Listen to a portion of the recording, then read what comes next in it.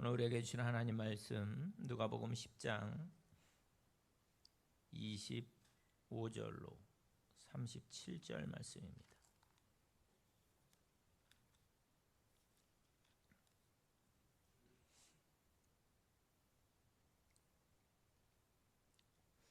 누가복음 10장 25절로 37절 말씀을 제가 봉독해 드립니다. 어떤 율법 교사가 일어나 예수를 시험하여 이르되 선생님, 내가 무엇을 하여야 영생을 얻으리이까? 예수께서 이르시되 율법에 무엇이라 기록되었으며 내가 어떻게 읽느냐? 대답하여 이르되 내 마음을 다하며 목숨을 다하며 힘을 다하며 뜻을 다하여 주 너희 하나님을 사랑하고 또한 내 이웃을 내 자신같이 사랑하라 하였나이다. 예수께서 이르시되 내 대답이 옳도다. 이를 행하라. 그러면 살리라 하시니 그 사람이 자기를 옳게 보이려고 예수께 여짜오되 그러면 내 이웃이 누구니이까? 예수께서 대답하여 이르시되 어떤 사람이 예루살렘에서 여리고로 내려가다가 강도를 만나매 강도들이 그 옷을 벗기고 때려 거의 죽은 것을 버리고 갔더라. 마침 한 제사장이 그 길로 내려가다가 그를 보고 피하여 지나가고 또 이와 같이 한 레위인도 그곳에 이르러 그를 보고 피하여 지나가되 어떤 사마리아 사람은 여행하는 중 거기 이르러 그를 보고 불쌍히 여겨 가까이 가서 기름과 포도주를 그 상처에 붓고 싸매고 자기 짐승에 태워 주막으로 데리고 가서 돌보아 주니라. 그 이튿날 그가 주막 주인에게 데나리온 둘을 내어주며 이르되 이 사람을 돌보아 주라. 비용이 더 들면 내가 돌아올 때 갚으리라 하였으니 내 생각에는 이 세 사람 중에 누가 강도 만난 자의 이웃이 되겠느냐? 이르되 자비를 베푼 자니이다. 예수께서 이르시되 가서 너도 이와 같이 하라 하시니라. 아멘. 오늘 우리가 잘 알고 있는 선한 사마리아인의 비유를 살펴보면서 함께 은혜를 나누도록 하겠습니다. 선한 사마리아인의 비유는 이렇게 시작을 합니다. 오늘 본문 25절 말씀을 보면 어떤 율법 교사가 일어나 예수를 시험하여 이르되 선생님, 내가 무엇을 하여야 영생을 얻으리이까? 누구인지 이름은 나오지 않지만 누구예요? 율법 교사였다라는 겁니다. 율법을 가르치는 학자죠. 그와 함께 여행하던 무리 가운데 그가 여행하던 무리 가운데 갑자기 나타나서 예수님을 시험하는 거예요. 선생님, 영생을 얻으려면 내가 무엇을 해야 합니까? 여러분, 이 율법교사가 어떤 의도를 가지고 이 질문을 하고 있는지 분위기 파악을 잘 하셔야 합니다. 왜냐하면 그가 오늘 본문 말씀에 25절에 시험하여 이르되 이렇게 되어 있습니다. 일단 예수님께 질문하는 그 동기가 선하지 않다라는 겁니다. 그 사람이 시험하려고 했다는 것은 답을 모르기 때문에 한 질문이 아닌 거예요. 그의 손에 이미 채점을 위한 답안지가 딱 있어요. 그래서 예수님이 무슨 대답을 하든지 그 자기의 그 모범 답안에 맞는지 또 맞지 않는지 이미 이제 채점하려고 하고 있다라는 겁니다. 이 예수라는 사람에게 도대체 몇 점짜리 점수가 나올 것인가? 이게 이 율법학자의 태도였다라는 거죠. 하지만 예수님은 그가 의도한 뜻대로 반응하지 아니하시고 오히려 그의 질문에 또 다른 질문으로 대답을 하십니다. 26절 말씀이죠. 예수께서 이르시되 율법에 무엇이라 기록되었으며 내가 어떻게 읽느냐? 여러분, 질문에 대한 답이 오지 않고 또 다른 질문으로 답이 돌아왔습니다. 어떻게 보면 허를 찔린 거죠. 이 율법 교사에게 율법에 뭐라고 적혀 있느냐? 내가 그거 어떻게 읽느냐? 주님께서 그렇게 물으십니다. 그래서 이 율법 교사가 잠시 당황했지만 그도 이제 나름대로의 경력이 있었는지 정색을 하고 대답을 합니다. 27절. 대답하여 이르되 내 마음을 다하며 목숨을 다하며 힘을 다하며 뜻을 다하여 주 너희 하나님을 사랑하고 또한 내 이웃을 내 자신같이 사랑하라 하였나이다. 여러분, 지금 이제 분위기가 좀 바뀌었습니다. 그가 질문하고 예수님이 대답해서 율법교사가 채점하는 것이 아니라 이제 거꾸로 되었어요. 거꾸로. 예수님이 질문하고 그가 대답하고 예수님이 채점을 하십니다. 야, 내 대답이 옳도다. 이를 행하라. 그러면 살리라. 그러면 얘기는 이렇게 끝날 수 있었던 거죠.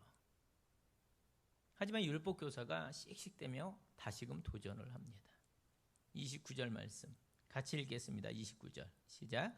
그 사람이 자기를 옳게 보이려고 예수께 여짜오되 그러면 내 이웃이 누구입니까? 이 율법교사의 심기가 좀 불편했던 것 같아요. 틀림없죠. 불편했습니다. 이게 뭐야? 내가 이렇게 순순히 물러설 수 없지. 내가 그래도 율법교사인데. 그러면서 한 단계 더 심도 깊은 질문을 주님께 던집니다. 그러면 내 이웃이 누구입니까? 여러분, 이 질문은 참 곤란한 질문입니다. 제가 여러분께 여쭈어도 대답하기가 쉽지 않을 거예요. 어쩌면 이 질문을 던지면서 이 율법학자가 아마 회심의 미소를 지었을 것 같아요. 당신 제대로 걸렸어. 이런 거죠. 그때 우리 주님에게서 나온 대답이 오늘 우리가 함께 읽은 본문입니다. 이 예수님의 이야기를 여러분 한번 들어보세요. 예루살렘에서 여리고로 여행하는 사람이 있었습니다. 가는 길에 그는 강도들로부터 습격을 당해요. 강도들은 그의 옷을 빼앗고 두들겨 패고 절반은 거의 죽은 상태로 두고 떠납니다. 다행히도 한 제사장이 같은 길을 지나가고 있었지만 쓰러진 그 사람을 보자 방향을 틀어서 반대편으로 도망을 갑니다. 그 다음에 경건한 레위 사람이 등장을 합니다. 그렇지만 그도 마찬가지로 그 다친 사람을 외면해요. 마침 그 길을 여행하던 한 사마리아인이 그에게 다가갑니다. 그의 상태를 이렇게 본 사마리아인은 측은한 마음이 들어서 그의 상처를 소독하고 붕대로 감아 응급처치를 해주고 자기 나귀에 그를 태우고 여관으로 데려가서 평안히 묵을 수 있게 해줍니다. 다음 날 아침 그는 데나리온 2개를 꺼내서 여관 주인에게 주면서 말합니다. 이 사람을 잘 돌봐주세요. 돈이 더 들면 내 앞으로 달아놓으시고 내가 돌아오는 길에 갚겠소. 우리가 너무나 잘 아는 이야기죠. 근데 그 이야기를 마치면서 예수님이 37절에 이제 율법교사에게 또 묻습니다. 내 생각에는 이 3사람 중에 누가 강도 만난 자의 이웃이 되겠느냐? 이렇게 질문을 하셔요. 그가 대답합니다. 뭐라고 대답해요? 자비를 베푼 자니이다. 예수님께서 가서 너도 이와 같이 하라. 그러면서 이야기가 끝나는데 여러분, 당시 예수님의 이야기를 듣고 있던 이들은 대부분 누구였냐? 유대인들이었어요. 유대인들. 그들은 지금 마음이 편하지가 않아요. 이 유대인들은 사마리아 동네에 사는 사람들은 틀림없이 나쁜 사람이고 기분 나쁜 사람들이다. 이런 선입견이 가득했거든요. 유대인과 이 사마리아인들은 원래 한 핏줄이었습니다. 그런데 남북 왕조의 끝자락에 북이스라엘은 아수리에 끌려가고 유다는 바벨론으로 끌려갑니다. 그런데 이 북이스라엘이 아수리에 끌려갈 때 아수리의 정책이 뭐냐 하면 이 사람들이 반역하지 못하도록 뿌리를 없애려고 혼혈 정책을 썼어요. 자연히 유대인들이 그들을 멸시합니다. 그런데 시간의 이 흐름에 따라서 이 바벨론으로 끌려갔던 유대인들이 예루살렘에 돌아와요. 그들은 나름대로 신앙을 지키고 혈통을 지켰습니다. 70년이 지난 후에 돌아와서 성벽을 재건하고 또 성전을 다시 짓고 하는데 여러분, 느헤미야서의 말씀을 보면 그들이 그 일을 막 시작할 때 그 사마리아에 살고 있던 이들이 내려와서 우리도 같이 돕게 해달라 부탁을 합니다. 그런데 유대인들이 어떻게 했느냐? 혼혈인들이라고 종교를 바꿨다고 혼합했다고 그들을 멸시하고 거절을 해버립니다. 그럼 사마리아인들은 기분이 좋겠어요, 나쁘겠어요? 당연히 나쁘죠. 그래서 사마리아인들이 막 편지를 보내고 그들을 방해하고 그래요. 결국 유대인들과 사마리아인들 사이에 사이가 점점점 안 좋아졌어요. 그래서 사마리아인들도 우리도 그러면 성전을 만들겠다. 그래서 그들에게 굉장히 유명한 신앙적 유적지죠, 유적지. 그래서 그리심산에 자기들만의 성전을 만들게 됩니다. 그리고 거기서 자기들 식으로 하나님을 또 예배합니다. 그러니까 이 밑에 있는 유대인들이 볼 때 한 나라의 성전이 2개가 됐단 말이에요. 이게 말이 되지 않는 거거든요, 그 당시에는. 그래서 기원전 1세기경에 과격한 유대인들이 그 그리심산에 침투를 해서 사마리아 그 성전을 파괴합니다. 상황이 점점점 악화되어지는 거죠. 사마리아인들이 복수하리라 이를 부득부득 갈고 있다가 예수님께서 태어났을 그 어간에 유대인들에게 가장 중요한 유월절 절기에 사마리아인들이 밑으로 몰래 내려와서 그 예루살렘으로 내려가던 어떤 유대인을 사마리아 지역에서 아주 살해를 해버립니다. 살인 사건까지 일어난 거예요. 그러니까 유대인들이 또 화가 나서 사마리아인들에게 쳐들어가서 또 살육을 합니다. 사람들을 많이 죽여요. 어떻게 보면 동족상잔의 비극이 일어나는 거예요. 붕괴한 그 사마리아인들이 시신들을 잔뜩 가지고 예루살렘에 내려와서 예루살렘 성전 여기저기다 막 시신을 갖다 버려요. 엄청난 일입니다, 이거. 성전을 더럽힌 거예요. 이 유대인들은 그걸 도저히 묵과할 수 없는 신성 모독죄였거든요. 그 결과 이제 유대인들과 사마리아인들은 원래 한 민족이었는데 이제는 씻을 수 없는 서로에게 상처를 주고 서로 적개심, 증오심 이걸로 서로 바라보고 있는 그러한 상황이었다라는 겁니다. 그런 상황이에요, 상황. 그런 와중에 정통 유대인인 예수님이 유대인들을 데리고 이렇게 내려오면서 그 사마리아 동네에서 선한 사마리아인의 비유를 말씀하고 있는 거예요. 그런 율법교사도 또 그 이야기를 듣고 있던 유대인들, 이스라엘 유대인들도 굉장히 이 예수님의 이야기를 좀 고깝게 듣고 있는 거예요. 유대인들 가운데 예수님의 이야기를 듣고 있던 이들이 사마리아 놈들은 나쁜 놈들인데 선한이라는 말과는 이 거리가 먼 자들인데 이게 유대인들의 생각이었다라는 겁니다. 그런데 그 상황에서 예수님께서 마지막 질문을 던지십니다. 내 생각에는 이 세 사람 중에 누가 이웃이냐? 예수님께서 이렇게 물어요. 율법교사가 대답하지 않을 수가 없잖아요. 자존심을 지킵니다. 그게 자존심이 뭔지 아세요? 선한, 내 생각에는 이 세 사람 중에 누가 내 이웃이냐? 이 묻는 질문에 사마리아인입니다. 이렇게 대답하지 못해요. 뭐라고 대답해요? 자비를 베푼 자니이다. 이해가 되시죠? 그래서 예수님은 그게 중요한 게 아니라는 듯이 이렇게 명령합니다. 가서 너도 그와 같이 하라. 내가 가서 이웃이 되라, 그 말입니다.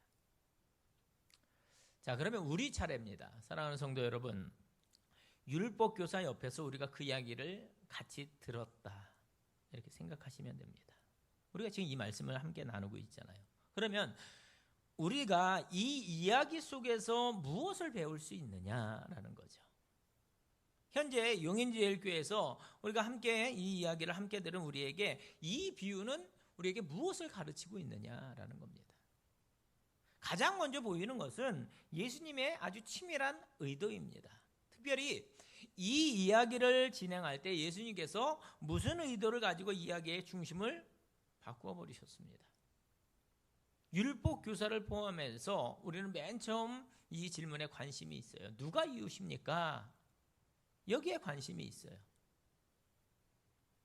자, 좀 더 풀어 말하면 누가 나의 이웃인가? 누가 나를 잘 아나? 누가 내게 관심이 있나? 누가 나와 말이 잘 통하나? 뭐 이 어려운 시기에 누가 나와 믿음의 동역자가 같이 될 수 있느냐? 누가 나에게 도움이 될 수 있나? 이 사람이 나에게 유익이 되냐? 이게 그의 관점이었다라는 겁니다. 그런데 예수님은 누가 내게 이웃이냐가 아니라 내가 가서 이웃이 되라 이렇게 말씀을 하셔요. 누가 내 이웃이냐가 아니라 내가 먼저 누구에게 이웃이 될 수 있느냐, 내가 먼저 누구에게 도움을 줄 수 있느냐, 내가 먼저 누구에게 친구가 되어줄 수 있느냐가 예수님의 주된 관심사였다라는 겁니다.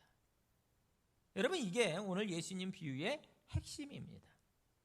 내가 어려울 때 누가 나의 이웃이 되어줄 것인가, 내가 외로울 때 누가 나하고 함께 있을 것인가, 이런 것이 아니라 그가 외로울 때, 그가 힘들 때, 그가 믿음의 동역자가 없을 때 내가 어떻게 그의 이웃이 되어줄 수가 있느냐, 이것이 이 이야기의 접근법이라는 거예요. 예수님은 이 선한 사마리아인의 비유를 통해서 우리들의 관심이 누가 내 이웃이냐가 아니라 내가 누구에게 어떻게 이웃이 될 것인가로 사고를 전환해야 한다는 겁니다. 여러분 따라하겠습니다. 누가 내 이웃인가? 내가 어떻게 이웃이 될까? 예수님의 사람들은 이 두 관점을 놓치지 말라는 거예요. 그래서 가서 내가 이와 같이 하라, 이게 결론인 겁니다. 우리가 선한 사마리아인의 비유에서 예수님의 이 마음을 읽을 수 있어야 합니다. 예수님의 선한 사마리아인의 이 비유를 통해서 우리는 이웃을 사랑하는 것은 나 중심적인 사고에서 이웃 중심의 사고로 그 무게 중심을 이동시키는 것입니다. 이게 주님의 마음이에요. 주님의 의도하신 바입니다. 우리가 이 주님의 마음을 읽을 수 있어야 합니다. 이게 첫 번째 교훈인 거예요. 또 두 번째는 우리는 예수님의 이 비유에서 그날 어려움을 당했던 이들에게 도움 베풀기를 거절하고 도망갔던 레위인 제사장을 기억합니다. 여러분, 그날 그들에게 무슨 일이 있었을까요? 그들은 그 자리를 피해야 했던 이유를 수없이 댈 수 있었을 거예요. 보는 사람 아무도 없어요. 나름대로 핑계도 있죠. 내가 여기 있다가 나도 강도 만날지 모르겠다. 두려워서 도망했을 수도 있습니다. 골치 아픈 일에 연루될 수 있겠다. 증인 잘못 썼다가 바가지 쓰는 일이 있잖아요. 하지만 그것보다 가장 중요한 학자들의 이유가 있는데, 그것은 그들의 관심이 제의적인 정결에 있었을 것이라는 겁니다. 여러분, 레위기 21장 1절 말씀을 보면 이런 말씀이 나옵니다. 여호와께서 모세에게 이르시되 아론의 자손 제사장들에게 말하여 이르라. 그의 백성 중에서 죽은 자를 만짐으로 말미암아 스스로를 더럽히지 말려니와. 이런 말씀이 나옵니다. 율법은요, 죽음을 만지면 부정을 타게 됩니다. 그래서 제사장은 시차인가 보다 생각하고 그들이 이제 중요시하는 정결함을 유지하기 위해서 도망쳤을 거라는 거예요. 율법을 잘 준수하기 위해서 그랬다는 거죠. 그런데 예수님의 이 불꽃 같은 눈앞에서는 그것조차도 이웃사랑을 가로막는 핑계가 될 수 없다는 겁니다. 여러분, 이게 큰 계명이라는 거예요. 큰 계명. 다른 그 어떤 것보다 큰 계명이다라는 겁니다. 예수님의 마음, 이 이야기를 하고 계신 그 예수님의 정신을 우리가 배워야 한다는 게 두 번째 저격인 것입니다. 여러분, 이웃을 사랑하는 것, 형제를 사랑하는 것은 아무것도 핑계가 통하지 않습니다. 심지어 우리가 예수님께 예배를 드린다든지 봉사한다든지 라는 것을 핑계로 누군가를 사랑하고 돕는 일에 방해받아서는 안 된다라는 겁니다. 그러므로 여러분, 우리 함께 기억하겠습니다. 우리가 오늘 이렇게 예배를 함께 드리고 있습니다. 이건 참 잘한 일이죠. 그렇죠? 예배 드리는 일 참 잘하는 일이죠. 그러나 그것을 잘하고 돌아서서 내 이웃에게 제대로 하지 않는다면 그것은 잘못된 거라는 거예요. 그리고 예배 잘 드리고 세상에 나가서 이웃에게 잘못하면 그건 안 된다는 겁니다. 잘못된 거라는 거예요. 예배는 중요합니다. 하지만 예배의 정신은 우리의 삶에 어떻게 실천하느냐가 더 중요하다는 거예요. 예배를 통해서 변화된 내가 이제 어떻게 사는가? 이제 예배를 드렸으면 이제 내 삶의 현장이 섬겨지니까 내 삶의 일터에 가서 어떻게 살 것인가를 고민하는 게 당연하다는 겁니다. 선한 사마리아인의 비유를 듣고 고민하셨다면 이제 우리 삶에서 만날 수 있는 혹시 오늘 내 주변에 쓰러져 있는 이가 누구인가? 내 주변에 소외당하고 있는 이는 누구인가? 불쌍한 사람은 누구인가? 지난주에 이러저러한 일로 교회에 빠진 사람은 또 누가 있는가? 우리가 정말로 마음을 담고 예수님의 마음으로 그들에게 관심을 가지고 이렇게 행하는 것이 옳다라는 거예요. 주님에게 있어서는 그게 더 중요하다라는 겁니다. 예배 드리는 거 그게 의미 없다는 것이 아니에요. 더 중요한 게 있다라는 겁니다. 여러분, 신앙생활이라는 게 뭘까요? 신앙생활. 쉽게 설명하면 저는 교회 밖에서 잘하는 거라고 그렇게 믿습니다. 이게 굉장히 어렵잖아요. 예배당에 나와서 하나님 앞에 거룩하게 예배하는 건 너무 쉬운 거예요. 당연히 그렇게 해야 되는 거죠. 그런데 우리가 예배 드리고 나가서 세상 가운데 살면서 이렇게 거룩하게 사는 거, 하나님의 자녀답게 사는 거 쉽지 않거든요. 우리 기도할 때마다 회개하잖아요. 한 주간도 하나님의 말씀대로 잘 살려고 했는데 이러저러한 일들로 인해서 범죄하고 이 시간 회개합니다. 이렇게 기도하잖아요. 여러분, 신앙생활은 교회 밖에서 잘하는 겁니다. 굉장히 어려워요. 근데 여러분 잘 생각해 보세요. 삶에서 잘하는 게 예수 잘 믿는 겁니다. 주일날 예수 못 믿는 분들은 거의 없다니까요.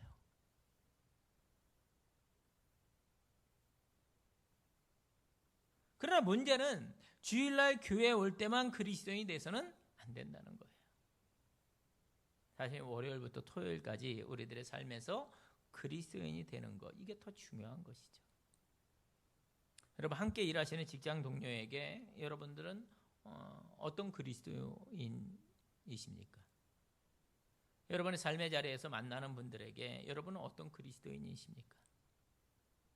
혹시 주일에는 정말로 멋진 그리스도인인데 월요일부터 토요일까지는 좋은 그리스도인이 아니다. 그러면 가짜일 가능성이 크다라는 거죠.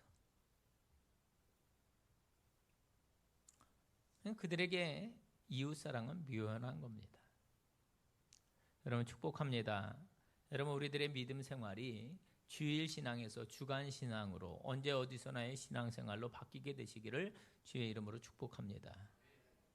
자, 세 번째 마지막 교훈은 우리에게 스스로 쌓아놓았던 그 유대인과 사마리아인이라는 장벽을 허무는 게 중요함을 말해주고 있습니다. 자, 그게 주님이 기뻐하시는 일이라는 거예요. 여러분, 이 예수님의 이야기에서 적어도 이웃을 사랑하는 일을 위해서라면 사마리아인이 유대인이라는 장벽을 뛰어넘는 것이 필요하다, 이런 말씀이에요. 여러분, 벽을 넘는 건 불편합니다. 그렇잖아요. 저도 벽을 넘는 건 불편해요. 왜냐하면 대가를 치러야 되거든요. 어디선가 자존심을 내려놔야 합니다. 불편하지만 내가 먼저 그에게 인사하며 다가서야 합니다. 그런데 우리는 일부러 그 일을 합니다. 벽을 넘어요. 왜요? 이게 하나님 나라의 가치 때문에 그런 줄로 믿습니다.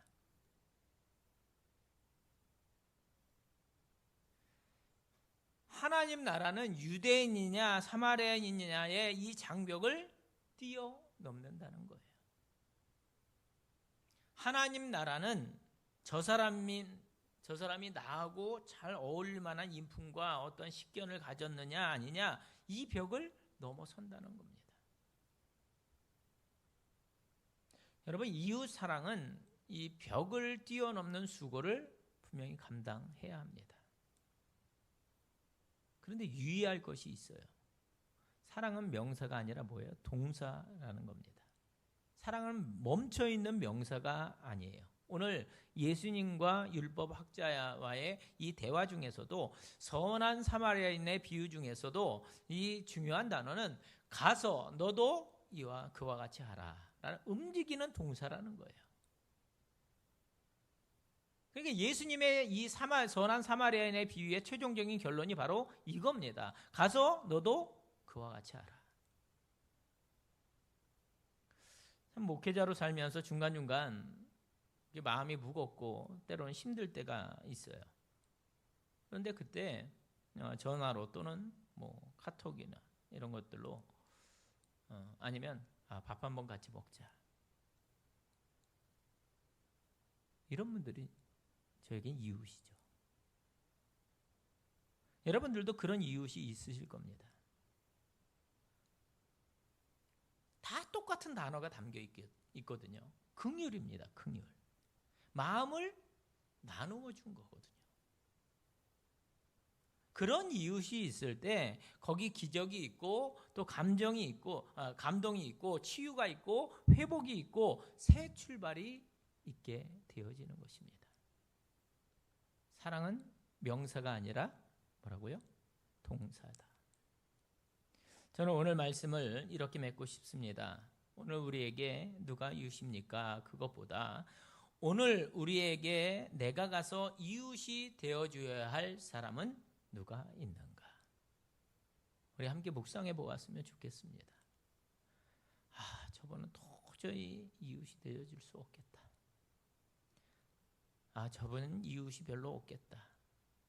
성질이 좀 독특해서. 이런 분들 말입니다. 저분은 내가 이웃 해주기 너무 싫다. 그렇게 생각하는 그분 말입니다. 있잖아요. 그렇죠? 우리 삶 가운데 있어요.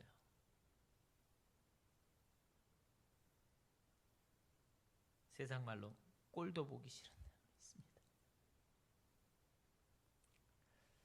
여러분, 그날 그 율법 교사가 예수님의 이 말씀을 듣고 돌아가서 정말로 주님이 말씀하신 누군가에게 이웃이 되어 주었는지, 아니면 끝까지 엥? 하고 제멋대로 살았는지 모르겠습니다.